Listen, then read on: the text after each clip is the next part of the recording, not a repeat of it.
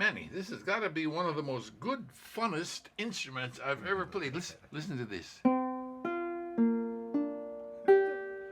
Strange kind of ukulele. Actually, it's not an ukulele. It's a Rajao. 5 strings. Let's try something just for fun.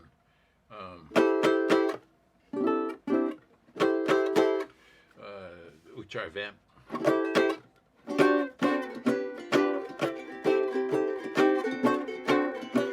Instrumental co-op.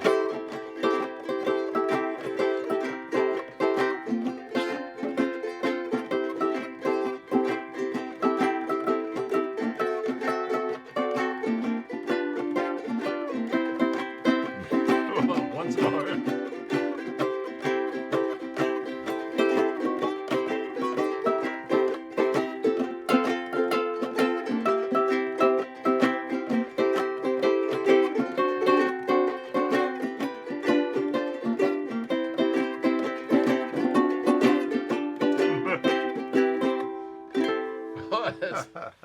That's a lot of fun. Listen to this again. Isn't that good fun? Aloha. I'm Kimo Hussey, here with my good friend Manny Halican, and it's our pleasure to share with you these wonderful, wonderful instruments. This is a Rajao that is made by Manuel Nunes, who, by the way, was one of the 3 guys who first came to Hawaii in 1879 and brought with them some probably the Rajao and what would become our beloved ukulele. Manny has an ukulele that was also made by Manuel Nunes, and it's kind of a soprano model. So let's talk about this instrument first, Manny. Okay. The interesting thing about this Portuguese instrument, by the way, despite the fact that this is a Portuguese instrument, it was made in Hawaii, and probably one of the first instruments of this type of Rajao that was ever made, like in Hawaii. But anyway, it's got 5 strings, and probably because of that, a little bit wider fretboard, to accommodate that. And both of these instruments are 1895 vintage instruments, but they're wonderful, wonderful instruments. First of all, with regard to design of this instrument, the fretboard has this really looks like kind of a herringbone design kind of thing that goes on the fretboard all the way up to the headstock. On the headstock, you can see the extra tuner because it has 5 strings. And then on the bottom part here, there's this little thing. Manny, can you tell if this is inlaid? It is inlay, yeah. And And- probably in the early days, this is all handmade inlay. Right. And then as we begin to rotate the ukulele, you can see that there's this is called herringbone. Rope binding. Rope binding. Yeah. Okay. I would imagine that in 1895, in order to do this rope binding or even the inlay, that the process for doing that would be different from the kind of processes that you use nowadays in order to do the same thing. Yeah, I believe the method really advanced to today, from back in the old days. They started it. Yeah. But these are all like hand carved. Yeah, it's all handmade. I mean, Mike Chalk does it today, and he has a different process, I think. Right.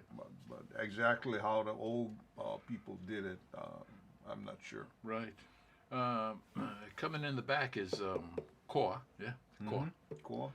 And I notice that the back has kind of a radius. Yeah, round back. To Yeah. it. Yeah. I wonder if that was characteristic in those days. Does that one have a radius This or also flat? has no. Wow. and the degree of the radius varies from uke to uke, ukulele to ukulele. So it's but- probably a technique, yeah, Yeah, of the builder. Anyway, in terms of looks, this is it. The rosette here kind of also carries on the herringbone or whatever you call this Yeah. theme in the ukulele. And the interesting thing about these early ukuleles is the fretboard is not a fretboard. The fretboard is a neck that they cut the frets into.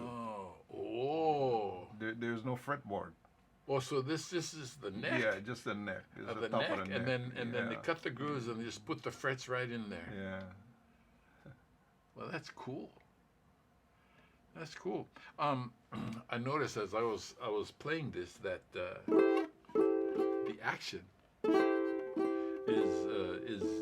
is very light and easy, but the tuning. This is this all by itself is kind of like a sixth chord. A sixth chord, and this would be kind of like an added ninth.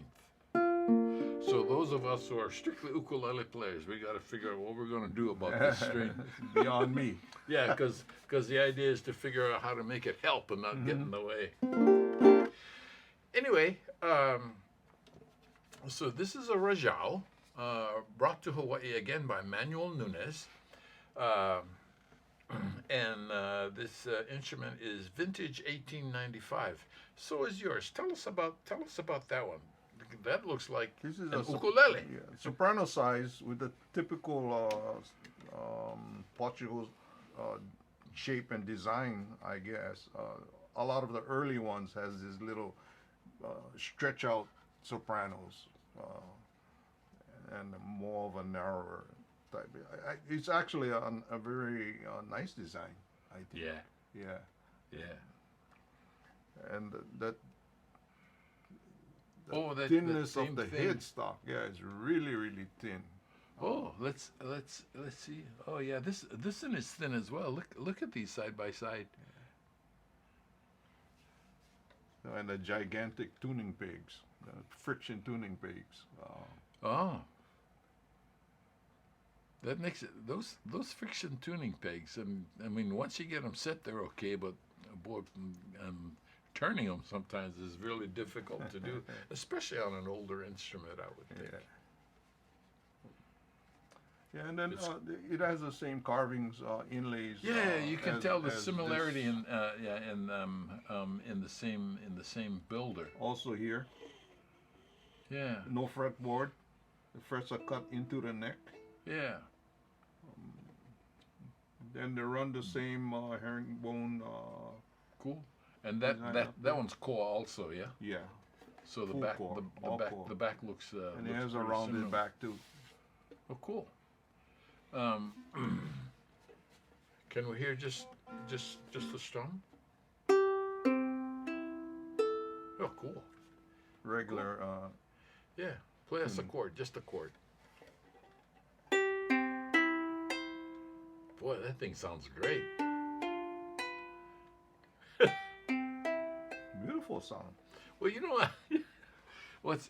What's really interesting and actually magnificent about that is that it's just a small little thing, but when you play it, there's this huge sound Yeah. that comes out of it. Yeah.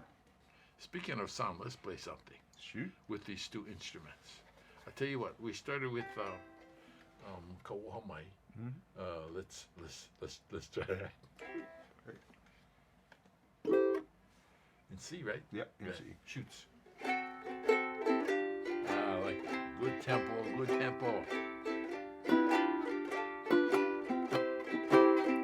night.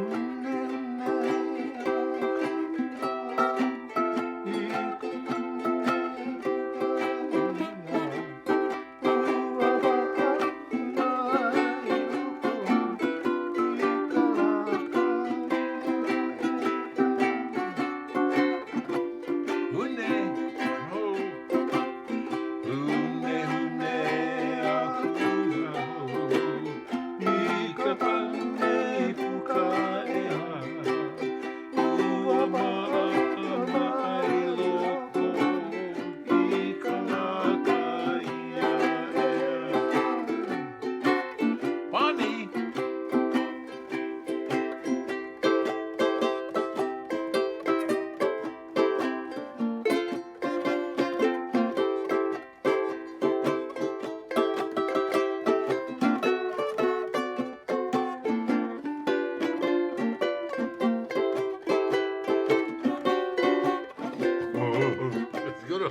brother.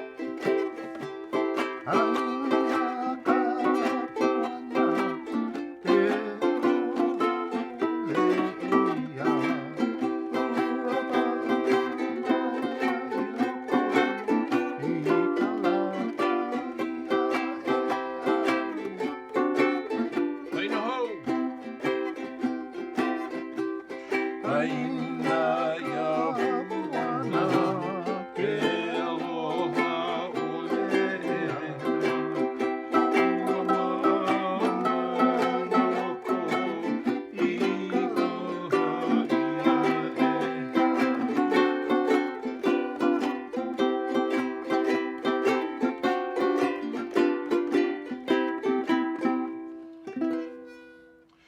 oh, you know what?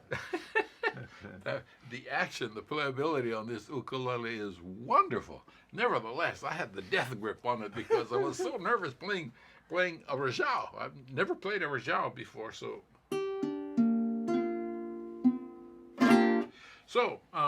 we want to change this instrument out, the Rajao out for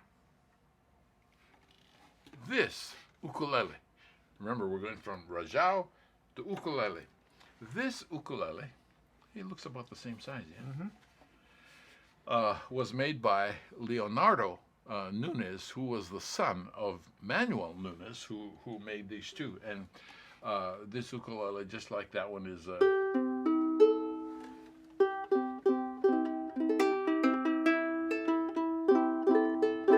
okay. So anyway, we can see at least some influence of his father in the design of this. Oh, this one has a fretboard.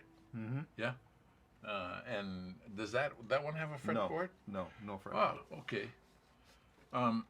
Anyway, this center design thing on the fretboard is really nice. And you know, one thing I really appreciate about this ukulele, this ukulele is vintage 1930s. But one of the things that I really appreciate is the design on the fretboard. This part here is lined up very well in these two strings. You know, it's not like it's kind of like that or kind of like that or you know, the thing's crooked, and that's amazing. 1930s vintage. So you can see influences of his dad. You know, there's a different string treatment here than it is there. Can you hold that up to this one? Now, as we look at the design, you see that the father carried this design all the way up to the headstock, and son Leonardo did something different on the headstock here. But as we rotate the ukuleles both at the same time, we see that there's this same kind of binding. The rope binding. Here, keep coming around, and you see again the koa influence. This back also is radiused, just like his dad's ukulele. And coming back around. One of the things is the difference in the tuners. I don't know if they had these style of tuners, you know, in the day when this one was made, but the huge difference in the use of tuners. The action on this uke is very nice. In fact, so is the sound. I mean, for a little instrument like this, it's wonderful.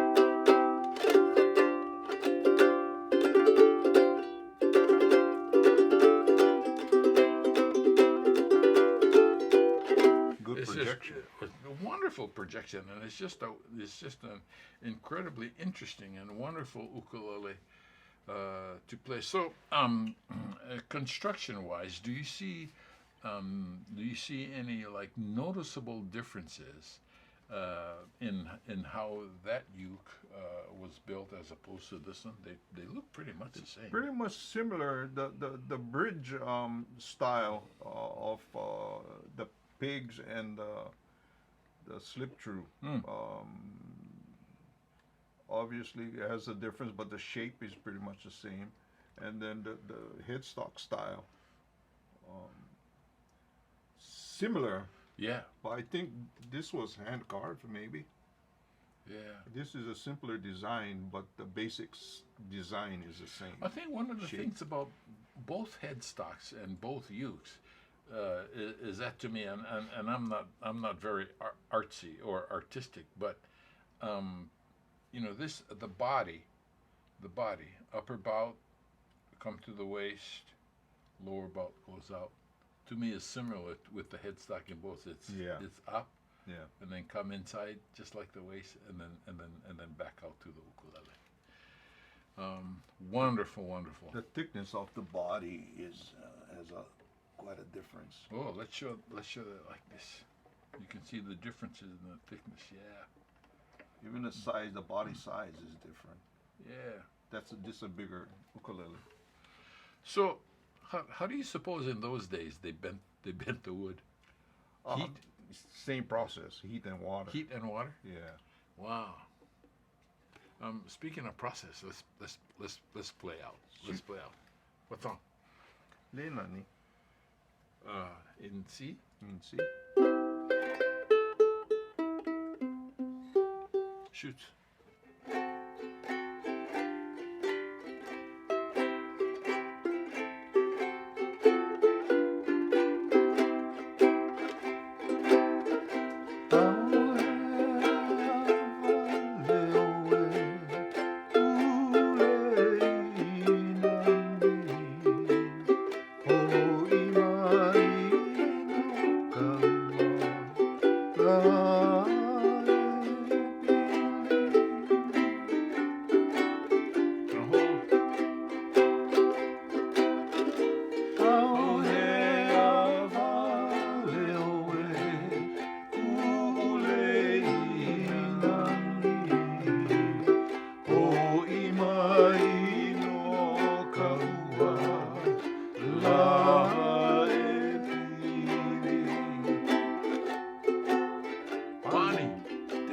Take the melody, Manny Pani.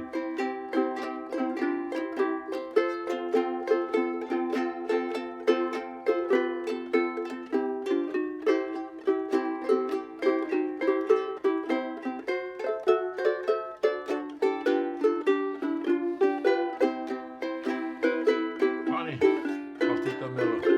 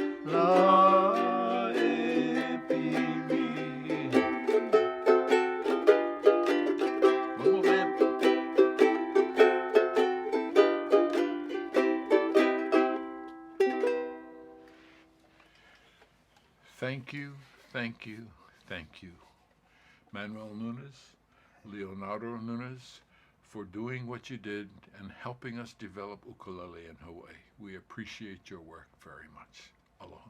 Aloha.